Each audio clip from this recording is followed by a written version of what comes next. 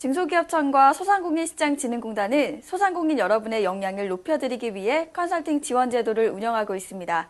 소상공인 매거진에서는 실제로 컨설팅 지원에 나섰던 전문 컨설턴트를 스튜디오에 모시고 성공 사례를 듣는 시간을 갖고 있는데요. 오늘은 외식업종 소상공인들에게 경영 컨설팅과 더불어 비법 컨설팅까지 하고 있는 김태수 컨설턴트를 모시고 이야기 나눠보도록 하겠습니다. 안녕하세요. 네, 안녕하세요. 네, 소상공인 컨설턴트 김태수입니다. 네, 선생님은 주로 경영 컨설팅을 전문으로 하시다가 2013년에 비법 컨설팅도 시작하셨다고 들었습니다. 경영 컨설팅과 비법 컨설팅의 차이점이 뭔가요? 예를 들어서 얘기하자면 의사가 환자를 진찰해서 환자가 어떤 증세를 가지고 있고 그 증세가 어떤 병인지 그거를 가지고서 정확한 처방을 해주는 겁니다. 치료할 수 있는 처방. 그래서 경영 컨설팅은 그 업체가 가지고 있는 문제가 어떤 것인지 그런 문제점을 정확하게 찝어내서 거기에 대한 개선 방안을 업체 측에 알려주고 또 앞으로 이 사업체가 영업 활성화를 위해서는 어떻게 나갈 수 있는지 그 방향 지시를 해주는 게 경영 컨설턴트입니다.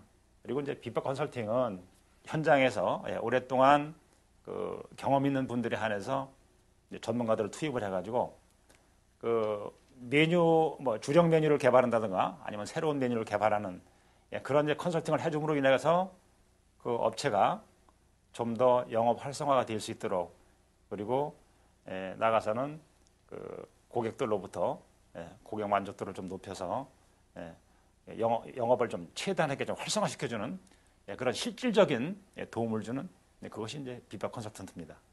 기술이 부족하신 분들은 비법 컨설턴트에게 또 전반적인 경영에 문제가 있다고 생각하시는 분들은 경영 컨설턴트에게 자문을 구하면 되는 거군요. 말씀해 주실 컨설팅 사례는 어떤 내용인가요? 제가 오늘 소개해드릴 그 컨설팅 사례는 육류 업종에서 이제 그 국수 전문점으로 업종 변경을 하면서 2012년도에 컨설팅을 한번 받았던 그 이제 업체입니다. 그런데 그 업체에서는 비법 컨설팅을 받았음에도 불구하고 고객들로부터 끊임없이 제품에 대한 여러 가지 문제들이 자꾸 제기가 됐어요. 그래서 이제 국수 면발과 육수를 개선할 수 있는 그 컨설팅을 이제 저한테 이제 의뢰를 했던 거죠. 그뿐만이 아니라 이제 경영 전반에 걸쳐서 제가 이렇게 각 부문별로 이렇게 컨설팅을 한 그런 이제 사례였습니다. 그래서 이제 1차 컨설팅이 끝나고 나니까 서서히 그 효과가 나타나기 시작했어요. 그래서 이제 그 1차 컨설팅이 끝나고 나서 어느 정도 이제 기간이 지난 다음에 제가 확인을 해보니까 매출이 한 87%, 거의 한 90% 정도가 신장을 했습니다. 그래서 저도 깜짝 놀랐습니다. 그래서 그때 이제 그러고 나니까 다시 2차 컨설팅을 의뢰한 그 사례에 속합니다. 네, 처음 컨설팅 후로 매출이 눈에 띄게 증가해서 점주분이 다시 컨설팅을 요청을 하셨는데 2차 컨설팅은 어떤 부분에 중점을 둬서 컨설팅을 해주셨나요?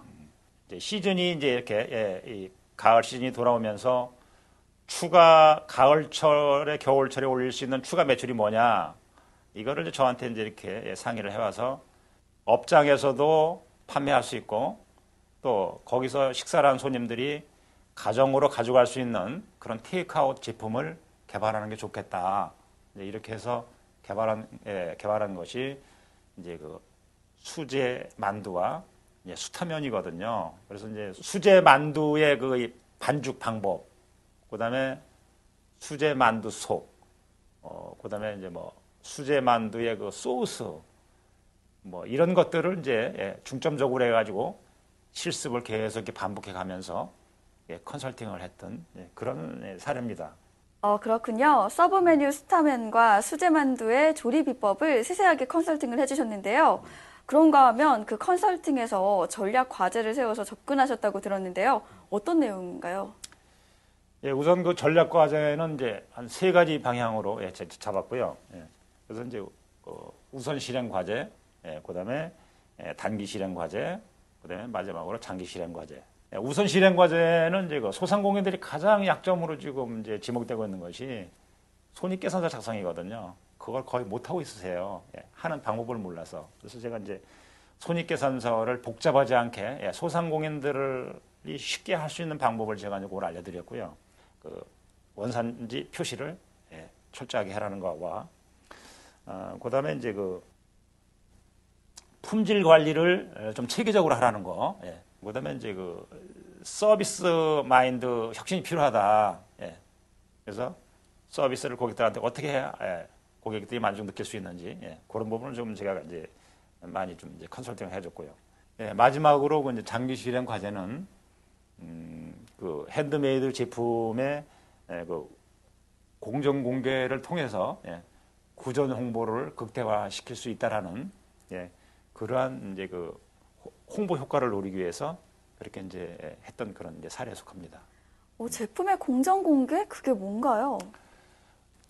한마디로 얘기하면 만두 만드는 과정, 국수 만드는 과정 이런 거를 이제 고객들이 쉽게 볼 수 있도록 이렇게 노출을 시키는 겁니다. 직접 반죽을 해서 손으로 빚어서 쪄서 이렇게 내오는 모습을 본다면 고객의 입장이라면 어떤 걸 더 선호하시겠습니까? 당연히 그렇죠? 당연히 눈으로 보고 내가 확인한 거를 더 먹고 싶어 하겠죠. 그게 이제 공정 공개에 따른 구전 홍보의 효과의 시초가 되는 겁니다. 네, 음식 만드는 과정을 보여줘서 구전 홍보 효과를 노리는 것 같습니다. 그 업체 매출 성과는 어떻게 나타났나요? 2차 컨설팅 때는 뭐 일시적인 현상이려니 이제 이렇게 했습니다. 그래서 최초 컨설팅 때 월 매출이 430만 원이었는데 최근에 또 궁금해서 한번 전화를 해봤어요. 현재 영업 상태가 어떠냐. 그랬더니 저는 처음에 귀를 의심했습니다.